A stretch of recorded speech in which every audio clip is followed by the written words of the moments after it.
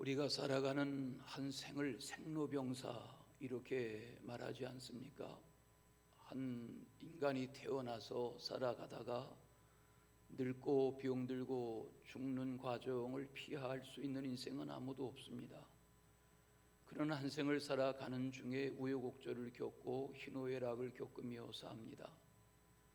우리는 화가 나고 분노할 일이나 애통하고 슬퍼할 일보다는 기쁜 일, 즐거운 일, 좋은 일을 원하며 구하며 살지만 어째 사람이 세상을 살아가면서 좋은 일만 겪을 수 있겠습니까? 우리는 한 생을 살면서 별의별 일들을 다 보며 삽니다. 개인적으로도 그러하고 나라로 해도 마찬가지입니다. 평생을 꽃길만 걷는 그런 인생이란 없습니다. 이건 개인이나 나라가 다 그러하지요.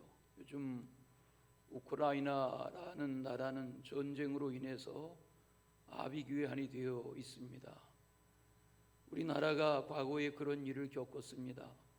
일제에 1910년 나라의 주권을 빼앗긴 후에 그 억울함과 분노와 다 수탈당하고 인권을 인권으로 대하지 않는 그런 총과 활 앞에서 힘겨운 날들을 지내며 빼앗긴 땅에 봄이 오기를 바라고 평화 민족 만세 시위를 벌이던 일들이 이 도시에서 저 도시로, 이 마을에서 저 마을로 불길처럼 번져가게 되면서 3.1 운동은 세계가 주목하는 그런 독립을 향한 민족 평화 운동이 되었습니다.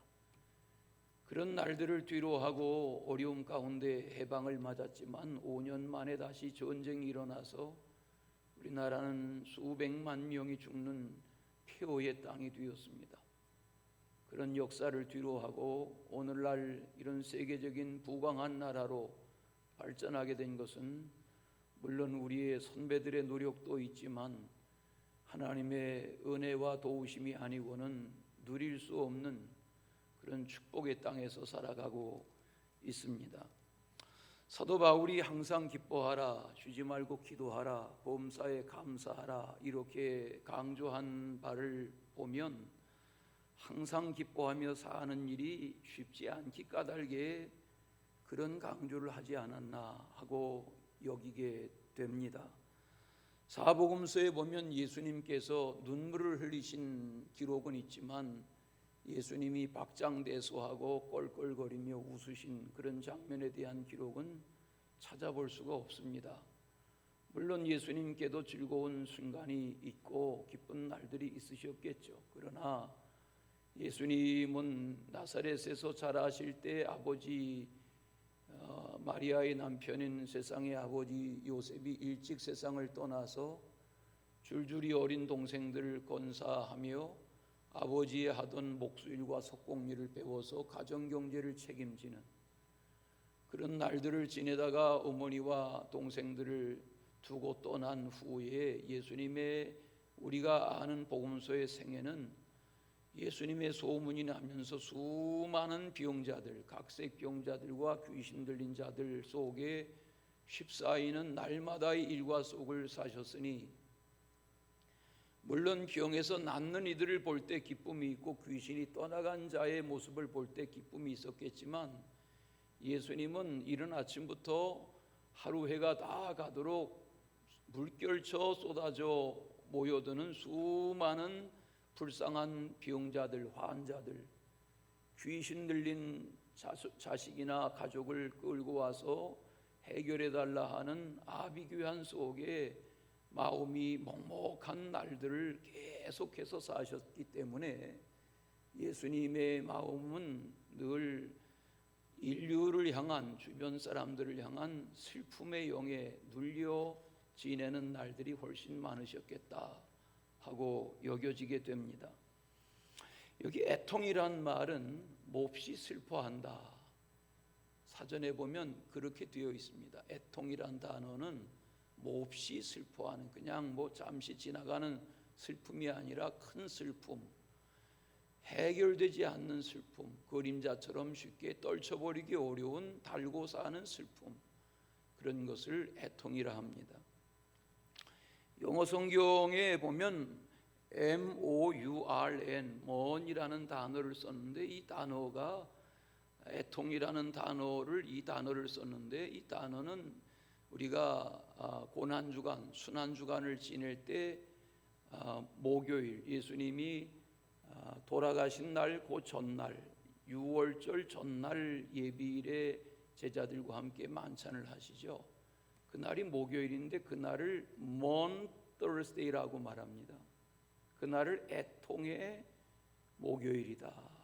이제 다른 말로는 거룩할 성자를 써서 거룩한 목요일 이렇게 표현하기도 하는데, 그 목요일을 애통의 목요일, 깊은 슬픔의 목요일이다, 그렇게 교회 역사가 정의하고는 합니다.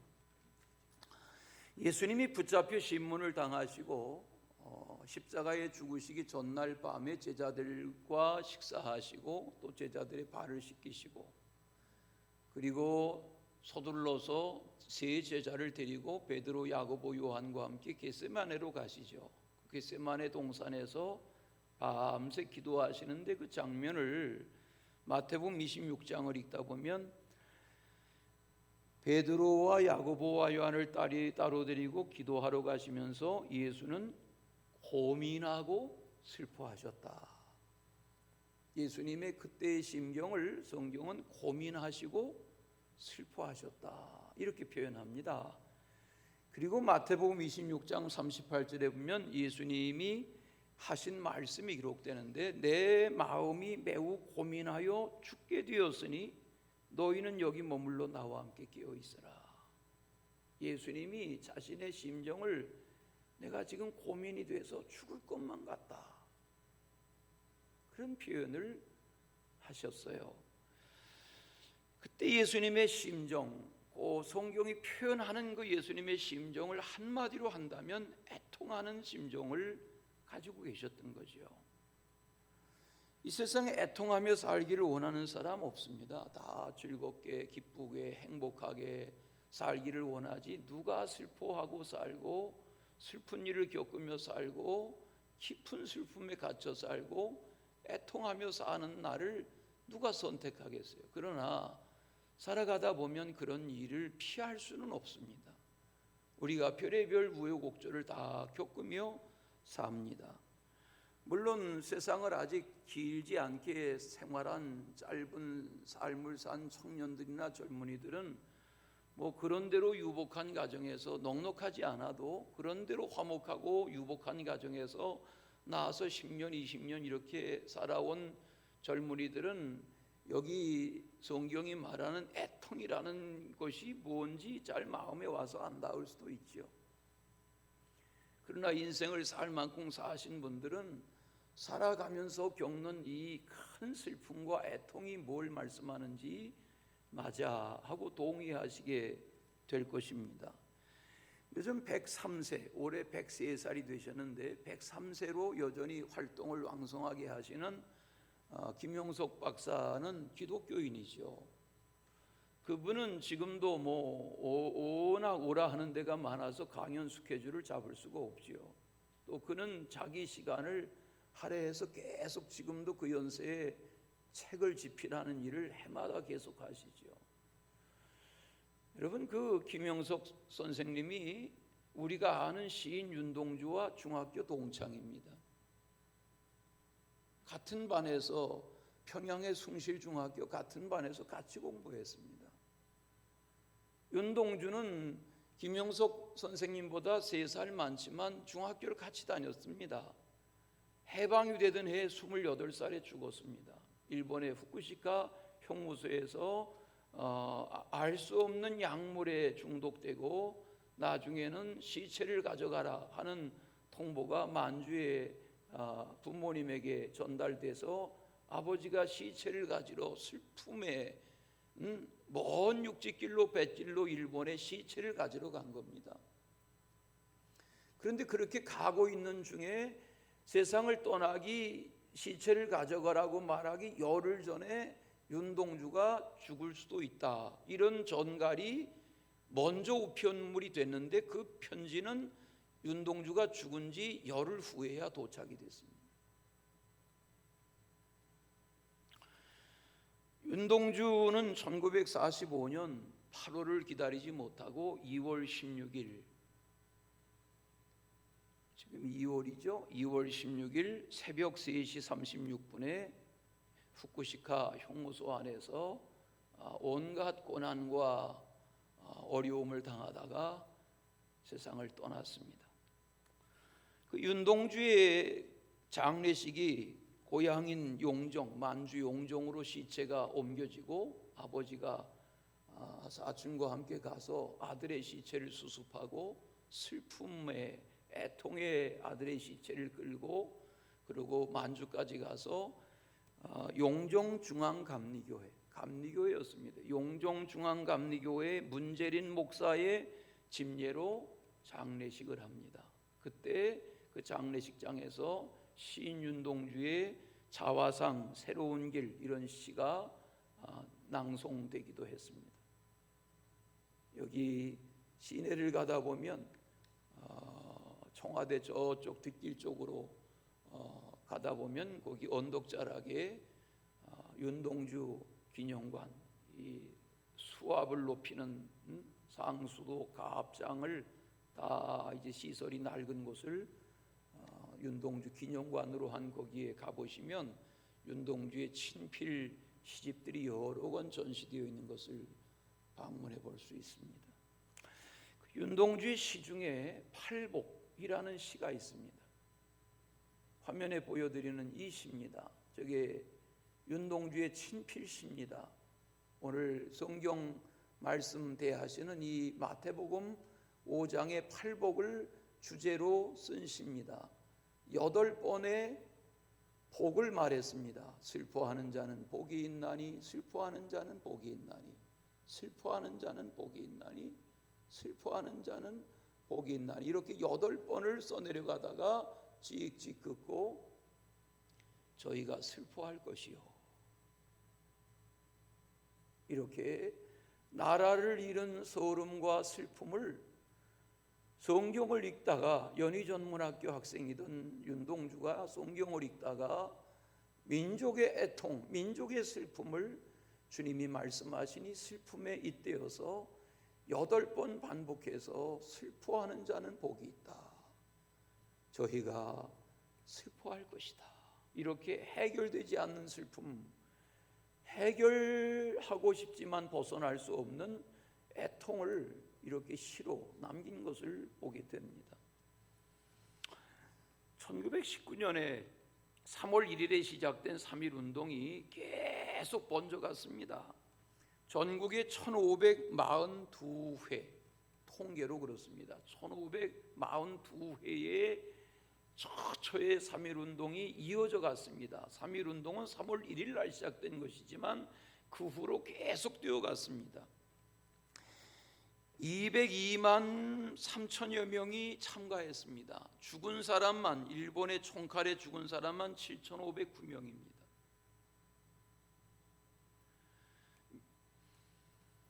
부상당한 사람이 15,900여 명입니다. 피검자 수가 5만 3천여 명에 이릅니다. 교회 47곳, 제암리 교회를 비롯한 교회 47곳이 불태워졌습니다. 민가는 715채가 다 전소됐습니다. 그 당시 이화학당에 다니던 유관순, 이화학당 1학년이었던 유관순이 3.1 소식을 듣고 고향으로 갑니다. 천안 병천으로 갑니다. 4월 1일이 됐습니다. 아운의 장터에 5일장이 열렸습니다. 거기 아버지, 어머니, 삼촌, 또 유관순 다 나갔습니다. 유관순은 속옷 속에다가 태극기를 감추고 나갔습니다. 그리고 이른 아침부터 만세 시위를 벌입니다. 가만히 덤이 올라가서 유관순이 목소리를 높입니다. 오후 4시경에 들이닥친 일본 경찰에 의해서, 일본 군대에 의해서 아버지 어머니가 현장에서 돌아가셨습니다. 주변 사람들이 관순아 피해라, 이 시위를 주도해야 하는 유관순이 거기서 잡히면 끝나는데 거기서 피신합니다. 결국은 붙잡힙니다.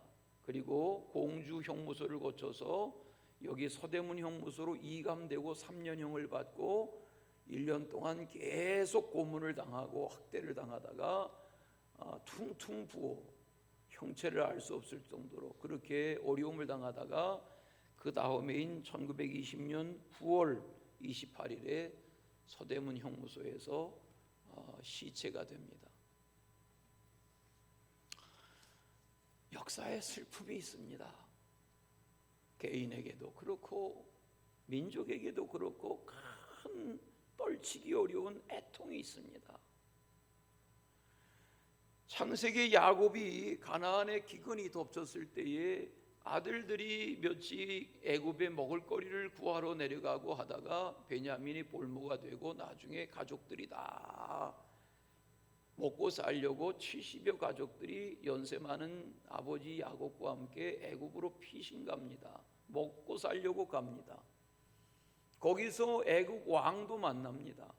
애굽 왕이 묻습니다. 바로가 당신 도대체 몇 살이나 돼요? 이렇게 물을 때 내가 나그네 인생길에 험악한 인생을 살았습니다. 내 인생이 그리 많지 않은데 지금 130입니다. 애굽에 내려갈 때 야곱의 나이가 130이었습니다. 여러분, 인생이 과거나 오늘날이나 130년 정도를 산다고 생각해 보십시오. 무슨 일을 안 겪고 살겠습니까? 그런 야곱의 생애를 우리가 잘 아는데 야곱이 거기서 죽은 줄 알았던 요셉을 만납니다. 그게 22년 만입니다. 요셉이 노예로 팔려간 지 13년, 7년 풍년이 든 지 7년, 그리고 흉년이 든 지 2년, 그러니까 다 하면 22년 세월이 지난 때에 22년 만에 죽은 줄 알았던 아들 요셉을 만납니다. 거슬러 올라가면 도단성의 양털을 깎을 때 아버지가 어린 17살짜리 요셉에게 먹을거리 챙겨서 형님들 갖다 주라 하고 심부름 보냅니다. 심부름 오는 들판에 요셉을 꿈꾸는 아이가 온다고 붙잡아서 빨가벗겨서 애굽 장사꾼에게 팔아버립니다. 그리고 염소를 잡아가지고 피를 요셉에 빨가벗긴 요셉의 옷에 발라다가 돌아와서 아버지에게 이게 당신의 아들의 옷이 아닙니까? 이렇게 아버지께 요셉의 비단 옷을 건넵니다. 그 성경을 차근차근 읽다 보면 거기 아버지 야곱이 애통해합니다. 거기 애통이라는 단어가 나옵니다. 창세기에. 이렇게 시작한 아버지의 애통이 끊이질 않습니다. 계속됩니다. 어떻게 하다가 내 아들이 들의 짐승에 물려 죽였나? 이런 슬픔을 가지고 애통하는 세월을 지냅니다. 그렇게 20여 년 세월을 지내도록 먹고 살고 자식들이 장성하고 장가가고 하지만 아버지 야곱의 마음 한 구석에는 언제나 마르지 않는 슬픔이 있습니다. 그게 아버지 야곱의 애통입니다. 지금 요셉이 살아있었으면 몇 살이 됐을 텐데 그런 세월을 지내다가 대기근을 만나고 애굽에 내려갔는데 거기서 꿈처럼 형들이 죽었다고 말하던 그 요셉이 죽은 것이 아니라 애굽의 총리 대신이 돼서 있습니다. 하나님은 하나님 안에서 애통하는 인생들에게 복을 주시는데 애통하는 자는 복이 있나니 저희가 위로를 받을 것이며 130에 죽은 줄 알았던 아들 요셉을 만나서 꿈처럼 도단성에 거기서 자리를 잡고 하나님의 은혜로 목축하면서 나중 17년 세월을 살면서 아들 요셉으로 인한 공양과 효도를 다 받습니다. 나중 창세기 49장의 야곱의 장례를 아시죠? 아들 요셉으로 인해서 아버지 야곱의 장례가 거국적인 장례랍니다. 그렇지 않습니까? 여러분 상상해 보십시오. 총리가 죽는 건 별거 아니지만 총리의 아버지가 죽으면 나라가 장례합니다. 총리의 아들 요셉으로 인해서 아버지 야곱이 그냥 목축하다가 늙어 죽은 아버지가 아닙니다. 나라가 나서고 왕이 조화를 보내는 그런 고국적인 장례를 합니다.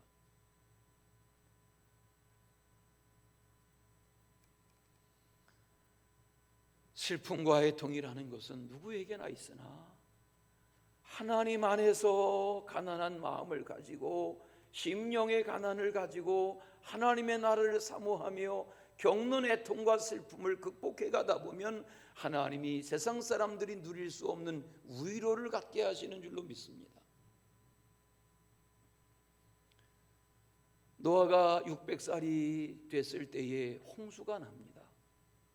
100여 년 지었던 방주 안으로 8 식구가 들어가고 문이 닫힙니다. 40주 이하로 내리는 비로 인해서 더 이상 이 세상에는 드러나는 산봉우리가 없습니다. 온 땅의 높은 곳이 다 물에 가라앉았습니다. 가리웠습니다.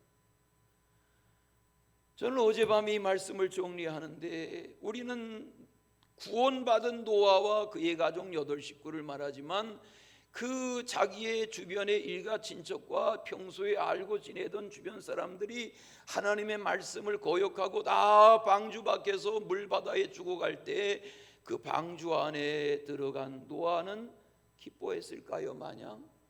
아닙니다. 구원받은 노아의 애통이 있습니다.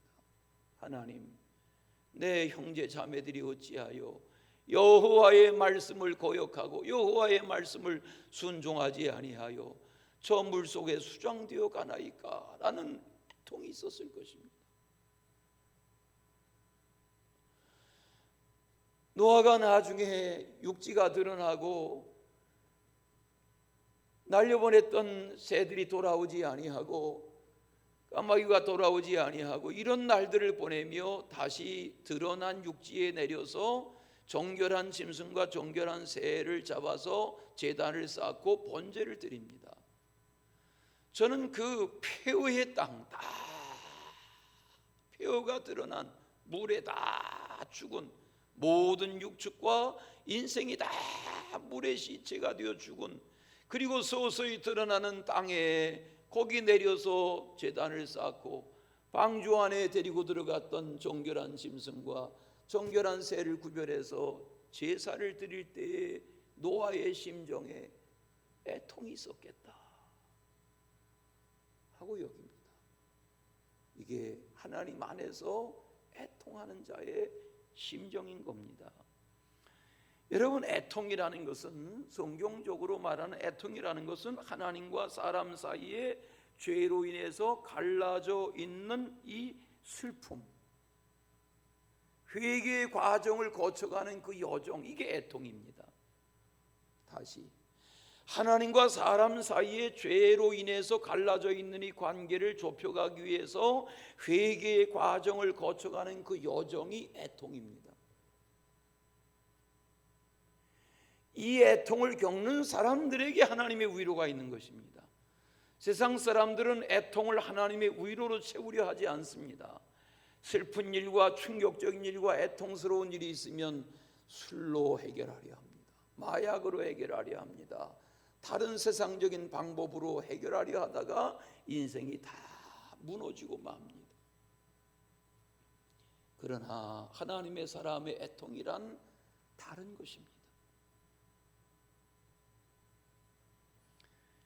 예수님이 말씀하시는 여기 복이 있다 하는 이 위로라는, 이 위로가 파라칼레오라는 단어를 쓰는데 이 단어는 곁으로 부르신다, 그런 뜻입니다. 곁으로 부르신다. 여러분, 어린 아이들이 놀래거나 슬퍼하거나 울거나 도움을 필요로 하거나 충격적인 일이 휩싸이면 어린 아이들을 바짝 그 부모나 어른들이 끌어안잖아요. 곁으로 끌어당기잖아요. 여기 위로라는 이 단어의 뜻이 그런 것입니다. 주님이 이 세상에 오셔서 죄와 악 속에 슬퍼하고 애통하는 인생들을 위로하시되 가까이 곁으로 끌어안으시는, 이것이 위로하는 것입니다. 저는 앞으로 계속되어지리 8주간의 팔복 묵상을 통해서 왜 마음이 가난한 자에게 복이 임하는지, 왜 애통하는 자에게 위로의 복이 임하는지 하나하나 마음이 하나님의 은혜로 계속 깨우쳐지고 하나님의 위로가 임하는 그런 주인공들이 되시기를 축원합니다. 여러분 생각해 보십시오. 둘째 아들이 유산을 가지고 떠난 후에 아버지의 마음은 집안을 다 맡아 하던 큰아들보다는 둘째 아들에 대한 염려나 궁금증이 늘 있었겠지요. 뭘 하고 사나, 잘 사나, 건강한가, 어떤가. 그런데 이 아들이 거지가 되어 돌아옵니다. 거기 누가복음 15장을 잘 읽어보시면 아직도 거리가 먼데 마을 입구에 나타나니 거지 행색의 아들을 아버지가 몰라보는 것이 아니라 알아봅니다. 아버지가 먼저 아들을 알아보고 달려가서 목을 어긋 맞추어 입을 맞췄다 그랬습니다. 이게 위로하는 아버지입니다. 그 아버지 입에서 뭐라고 말합니까? 종들에게 말합니다. 내 죽었던 아들이 살아 돌아왔다. 내 잃어버렸던 아들을 다시 찾았다. 새 옷을 준비해라. 목욕물을 데워라. 가락지를 끼워라. 손가락에 새신을 신겨라. 마을 사람들을 불러라. 살진 송아지를 끌어다 잡아라. 그 뒤에 읽다 보면 풍악 소리가 들리고 춤추는 소리가 들립니다. 그 아버지가 하는 말이 애통하는 자에게 임하는 하나님의 위로입니다.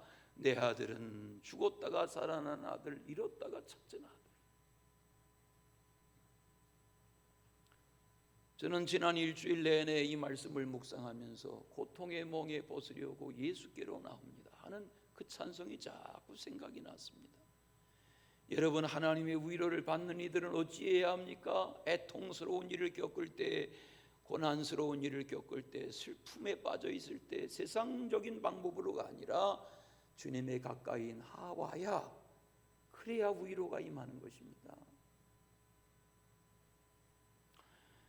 우리는 피에타라는 이름 붙인 작품을 아시는데, 피에타, 이 피에타라는 뜻은 이탈리아 말로 슬픔, 통고, 애통, 그런 뜻을 가진 단어입니다. 미켈란젤로가 1499년에 제작해서 대리석 작품을 지금은 바티칸 베드로 성당 안에 전시되어 있는 그런 역사적인 작품입니다. 저 작품은 예수님이 십자가에 돌아가신 시간, 아리마대 사람 요셉에 의해서 예수님의 시체가 십자가에서 내려지고 그 십자가 아래서 예수님의 죽음을 지켜보고 있던 어머니 마리아가 아들 예수의 숨진 시체를 끌어안고 통곡하는 슬픔의 장면을 형상화한 그런 역사적인 작품입니다. 자, 여러분, 여기 어머니 마리아의 애통하는 심정을 생각해 보십시오. 마리아에게는 애통이 있었습니다. 마리아는 하나님의 아들 예수님을 잉태한 후에 남편 될 요셉을 따라서 호적하러 남편 요셉의 고향인 손조의 땅 베들레헴에 갔다가 거기서 준비되지 않은 출산을 합니다. 출산의 순간이 다가오는데 몸을 풀 곳이 없습니다. 남편의 손을 잡고 이끌려 들어간 곳이 마구간입니다. 짐승의 우리입니다. 거기 짐승의 비온 냄새가 나는 짐승의 우리에서 출산합니다. 그리고 태어난 아기 하나님의 아들을 포대기의 강보에 싸서 짐승의 먹이통인 구유에다가 누입니다. 그 장면, 우리는 하나님의 아들이 태어났다 이렇게 하고 말지만 그 장면을 묵상하면 거기 마리아, 아기를 출산하는 엄마 된 마리아의 심정은 애통하는 심정입니다. 우리로 하면 내 팔자가 참 기구하다. 어떻게 아기 낳을 자리 하나 예비하지 못하고 짐승의 우리에서 아기를 낳아야 하고 짐승의 먹이통에다가 하나님의 아들을 낳아서 눕혀야 한단 말인가. 그런데 이 애통하는 마리아의 심정은 이미 이사야가 다 예언한 바입니다. 그의 탄생은 마른 땅에서 태어나는 자라나는 어린 순과 같다 그랬습니다. 예수님의 가는 길도 그랬습니다. 앞서 말씀 나눈 대로 예수님은 아버지 요셉 일찍 세상 떠나 가정경제를 책임지는 소년기를 거치며 청년기를 지내며 가족들의 생계를 책임지는 그런 고단한 날들을 지내야 했습니다. 세상에는 애통할 일이 많습니다. 우리 민족은 이 애통을 한이라고 표현했습니다. 한. 지금은 옥스퍼드 영어 사전에 대백과사전에 한이라는 이 한국인의 한이라는 이 특별한 역사의 이 감정을 민족의 감정을 달리 표현할 방법이 없어서 HAN 이런 단어로 옥스퍼드 사전에 등재됐다고 그럽니다.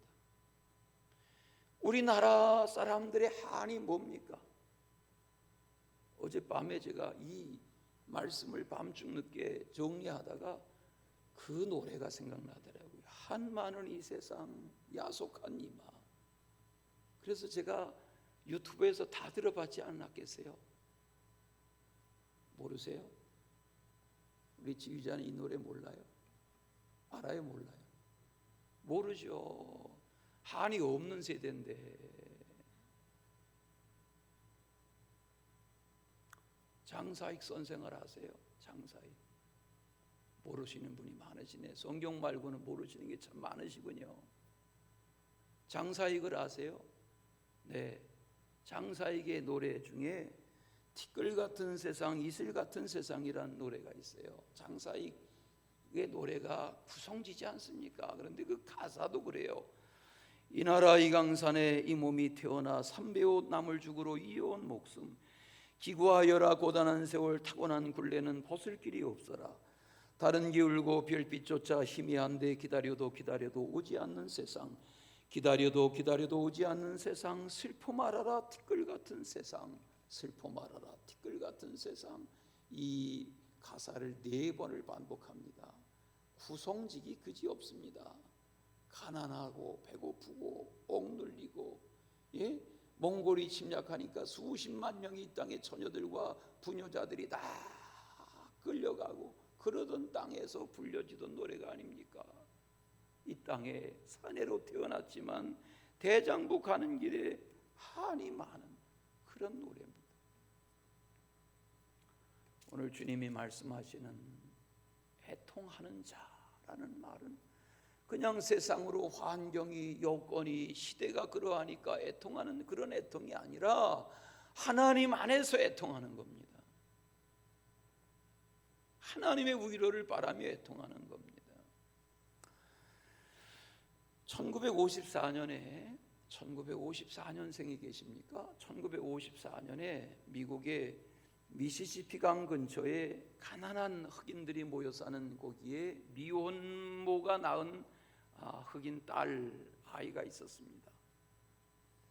9살 때 사촌 오빠에게 성폭행을 당했습니다. 14살 때 자신도 미혼모가 됐습니다. 14살 때 자기도 애를 낳았습니다. 미혼모로. 아기가 2주 만에 죽었습니다. 20살 때 술과 마약을 가까이 합니다. 20대를. 나중에 몸무게가 100kg가 넘습니다. 이 여자아이가 그렇게 청년기를 맞습니다. 주변 사람들이 다 자기를 짐승처럼 바라봅니다. 또 한 여성이 있습니다. 1998년에 아십니까? 포춘지라는 잡지에서 이 여성을 최고의 비즈니스 우먼 2위로 등재했습니다. 2003년에 실시한 해리스라는 여론조사에서는 1998년부터 2000년까지 3년 연속 미국인이 가장 좋아하는 TV 방송의 최고의 앵커로 3년이나 등재된 인물입니다.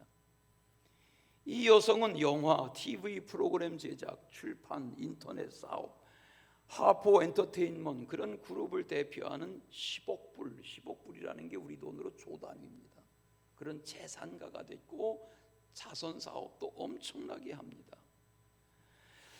그는 오늘 하나님을 만났습니다. 정말 쓸모없던 인생인데 하나님을 만났습니다. 제가 말하는 이 앞서 말하는 A라는 여성과 나중 말하는 B라는 여성이 같은 인물입니다. 부적절한 부모는 있어도 부적절한 자식은 없다. 그걸 깨달았다고 말합니다. 자기는 태어나서는 안 될 것 같던 뚱뚱보요, 그 사람의 표현입니다. 뚱뚱보요, 흑인이었지만 목적이 없이 태어난 사람은 없다는 것을 깨달았다. 그 사람 이야기입니다. 하나님은 인간의 실수와 죄까지도 하나님의 손길 안에서 섭리로 다듬어 가시는 분입니다. 지금 애통하고 슬퍼하고 울고 있지만 하나님은 어떤 애통 속에서라도 하나님을 구하며 울고 슬퍼하고 애통하는 자의 눈물을 씻으시고 하나님의 위로로 채워주실 줄로 믿습니다. 그 여성이 이름이 오프라 윈프리, 화면에 보시는 오프라 윈프리, 지금 체중이 한 110kg쯤 됩니다. 여러분 소망을 가지십시오. 오프라 윈프리입니다. 오십니다. 이 오프라 윈프리는 그런 어려운 날들 중에 자기의 탄생을 저주하는 어머니, 아버지는 누군지도 모르고 자기의 탄생을 저주하는 어머니 밑에서 크며 자기는 10대 시절, 20대 시절을 짐승처럼 지냈습니다. 그만 보여주시죠. 그런 그가 어떻게 세월을 지내다가 친아버지를 만나게 됐습니다. 어머니는 자기에게 축복의 말을 한 번도 한 적이 없는데 어떻게 하다가 만나게 된 친아버지가 이 딸에게 말했습니다. 너 책을 읽어라. 책을 읽어라. 그리고 하나님을 믿어라. 책을 읽으면 너의 인생이 180도 바뀔 것이다. 이 딸은 아버지가 처음 만난 아버지가 해주는 그 말을 가슴에 간직하고 두 주마다 한 권씩 책을 읽었습니다. 닥치는 대로 책을 읽었습니다. 그리고 독서 노트를 쓰기 시작했습니다. 독서량이 어마어마해졌습니다. 자기는 제대로 학교도 못 다녔지만 아버지의 말을 그대로 듣고 하나님 믿는다는 게 뭐고 책을 읽는 게 뭔가 독서하기 시작했습니다. 그런데 하나님이 그에게 지혜와 총명을 쏟아 부어 주시기 시작했습니다. 그리고 자기를 발견하기 시작합니다. 이것이 우리가 아는 오프라 윈프리의 생애입니다. 그가 그렇게 책을 읽다가 어느 날 마야 안젤루는 이분입니다. 마야 안젤루는 미국의 흑인, 백인 할 것 없이 모든 미국인들이 최고로 존경하는 시대적인 여성 지도자가 몇 년 전에 돌아가셨습니다. 2014년 이 마야 안젤루 할머니입니다.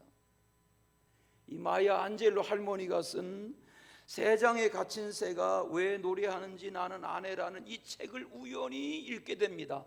책을 읽다가 오프라 윈프리가 그러면서 마야 안젤루의 경험과 인생이 자기와 너무 비슷한 걸 깨닫고 이 책의 이 간증의 이야기들이 오프라 윈프리를 회복시키기 시작합니다. 나만 비운의 운명이 아니라 나 이상으로 비참하게 태어나서 살아가는 이들이 세상에는 있구나, 많구나. 그리고 동질감 속에 마음의 위로가 시작되면서 새로운 운명이 전개되기 시작합니다. 이 마야 안젤루는 시인이고 작사자이고 배우이고 1928년에 태어났는데 부모가 일찍이 이혼하고 아칸소의 할머니 집에서 자라났습니다. 어머니와 제외한 7살쯤 됐을 때에 어머니의 남자친구가 이 마야 안젤루를 성폭행합니다. 그 강간범이 나중에 누군가에게 의해서 살해됩니다. 그 충격으로 마야 안젤루는 5년 동안 실어증으로 고생합니다. 그 5년 동안 도서관에 처박혀서 마을 도서관에서 책만 읽습니다. 말을 못합니다. 그런데 말을 잃어버리고 도서관에 갇혀서 지내는 5년 동안 읽었던 책들이 우리가 아는 마야 안젤루의 나중을 만들어갑니다.